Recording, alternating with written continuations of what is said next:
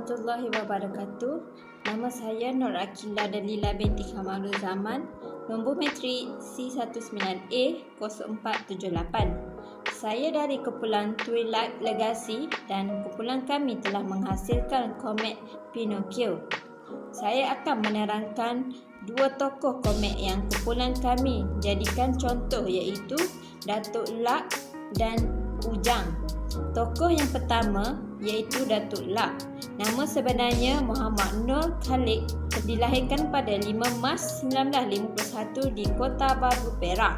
Mula mencenang bakat sejak di bangku sekolah lagi ketika berusia 13 tahun. Beliau mula berhijrah ke Kuala Lumpur dan bertugas sebagai pemberita. Pada tahun 1978, Lak menjadi editor sepenuh masa dengan menulis di ruang Skin of Malaysia Live. Sekitar 1979, sebuah buku bercorak autobiografi iaitu Kampung Boy yang diterbitkannya, yang memaparkan kisah kehidupan anak-anak di kampung. Menarik lagi, buku Kampung Boy turut diterjemahkan ke dalam pelbagai bahasa seperti bahasa Perancis dan Jepun. Tokoh yang kedua ialah Ujang. Nama sebenar Ujang ialah Ibrahim Anum atau lebih dikenali sebagai Ujang, merupakan salah seorang pelukis komik yang terkenal dan mempunyai ramai peminat. Ujang dilahirkan pada 18 Oktober 1965 di Kota Jausen, Kuala Pilah, Negeri Sembilan. Selepas tamat STPM, beliau memberanikan diri untuk mencuba nasib sebagai pelukis komik di Kuala Lumpur. Karya pertama ialah kartun coretan disiarkan di majalah Gila-Gila pada Februari 1984. Assalamualaikum warahmatullahi wabarakatuh. Saya Nur Syafiqah binti Muhammad Hasri bernombor matrik C19A0577. Saya akan menerangkan sinopsis komik ini. Pinocchio merupakan komik bacaan kanak-kanak. Kisahnya tentang penggembaraan Pinocchio, iaitu sebuah boneka kayu yang hidup kerana kuasa gaib dan bapanya seorang tukang kayu miskin bernama Geppetto. Karya ini dianggap sebagai kesastraan kanak-kanak klasik yang telah diadaptasikan kepada pelbagai bentuk kesenian. Geppetto mengukir sebuah anak patung kayu yang kecil. Tiba-tiba, anak patung itu bergerak. Geppetto telah menamakannya, iaitu Pinocchio. Anak patung ini dibuatkan baju dan dihantar ke sekolah. Di pertengahan jalan, Pinocchio telah menjual semua kelengkapan sekolahnya untuk membeli tiket pertunjukan boneka. Tanpa diduga, ia hampir ditangkap oleh ketua pertunjukan itu. Kerana kasihan, dia telah dilepaskan.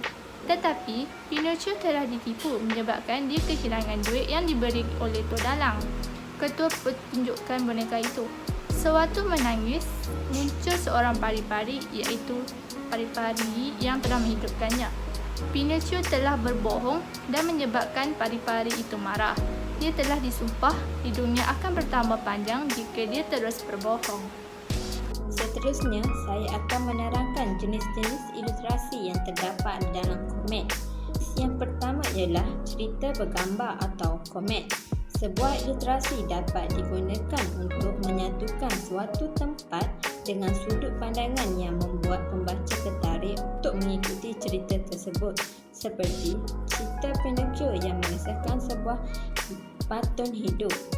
Jenis ilustrasi yang kedua ialah gambar kartun.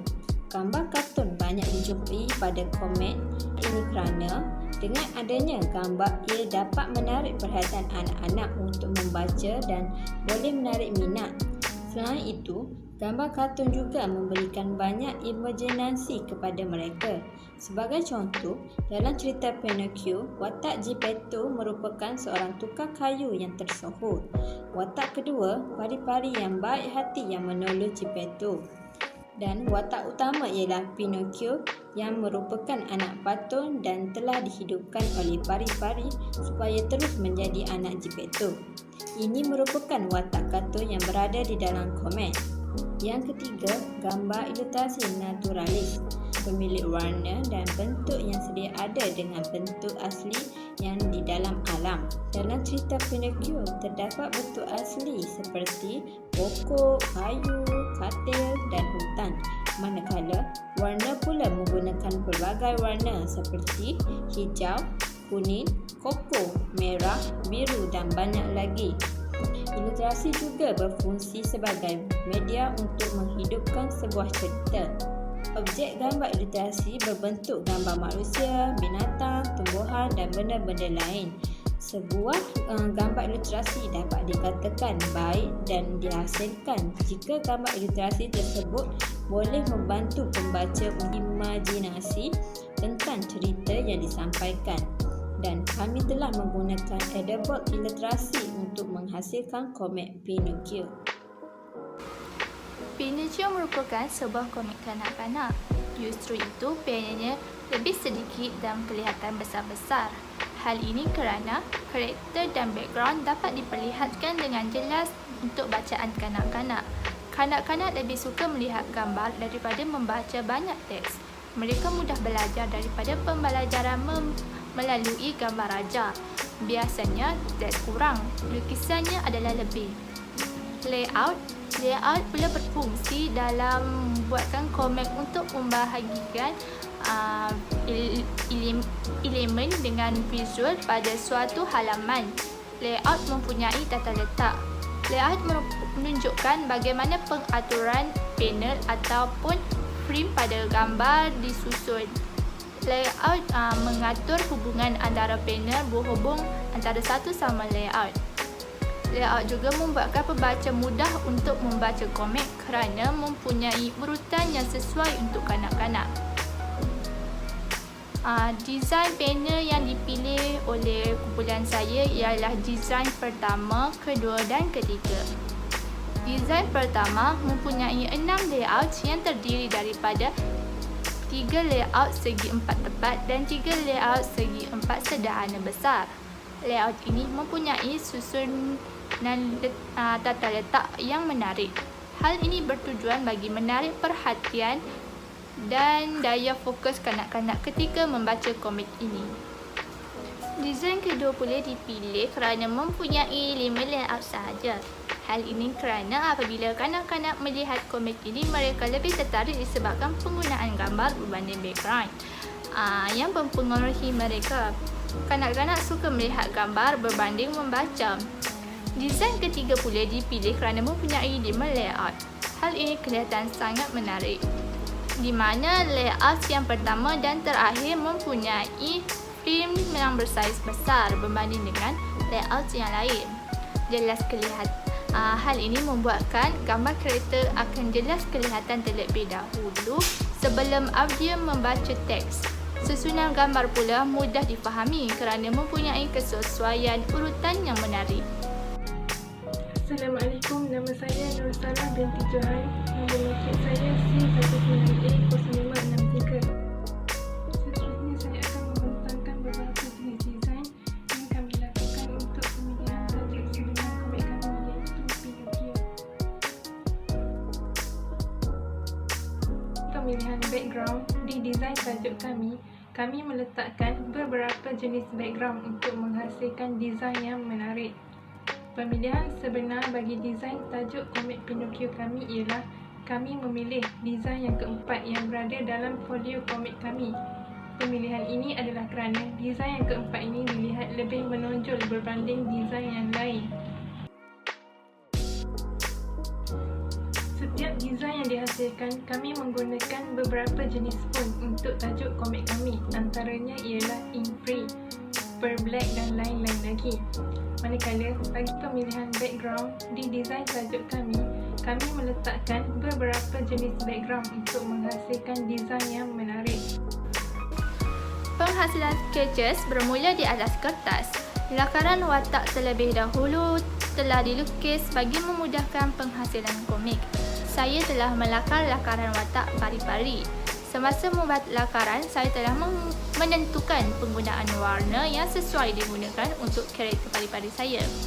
Penggunaan warna pari-pari ialah warna coklat untuk bahagian rambut, warna putih untuk hiasan batu belian, warna kuning pula untuk tongkat ajaib pari-pari, manakala jingga dan kuning pula untuk bahagian pakaian pari-pari. Selepas selesai melakar di atas kertas, saya telah menggunakan Adobe Illustrator untuk proses tracing. Ini adalah hasil kereta saya. Grup saya telah membahagikan tugasan di mana setiap orang untuk satu page. Saya telah dibahagikan tugasan pada page yang pertama. Sebelum memulakan kerja penghasilan komik, saya telah membuat lakaran awal di mana sebelum menghasilkan tracing, saya telah membuat lakaran awal di atas kertas. Sebelum saya trace semula di dalam Adobe Illustrator, saya telah menggunakan warna gradient di bahagian background. Di dalam page pertama merupakan permulaan cerita Pinocchio di mana Geppetto ialah seorang tukang kayu dan mempunyai sebuah kedai. Beliau sangat meminati kanak-kanak. Geppetto hidup kesunyian tanpa seorang anak. Hal ini menyebabkan dia mengambil keputusan untuk mengukir anak patung. Anak patung tersebut diberi nama Geppetto.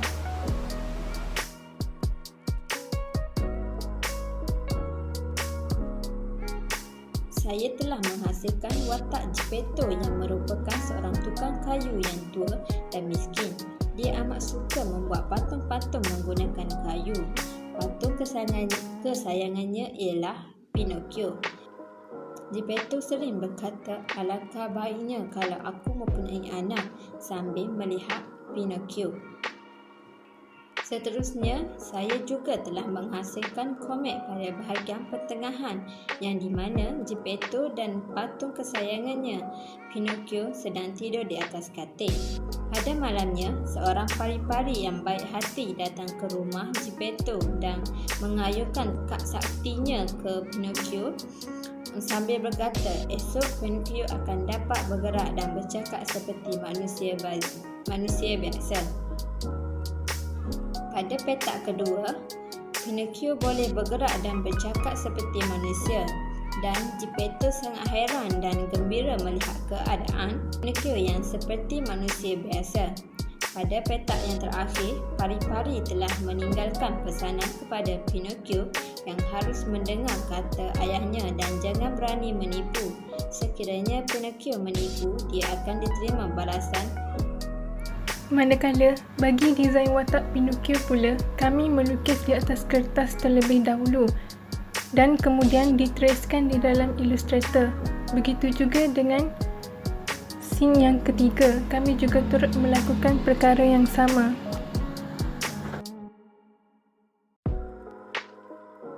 Seterusnya, scene ketiga menunjukkan bahawa Geppetto iaitu ayah Pinocchio memberikan wang kepada Pinocchio supaya membeli peralatan sekolahnya.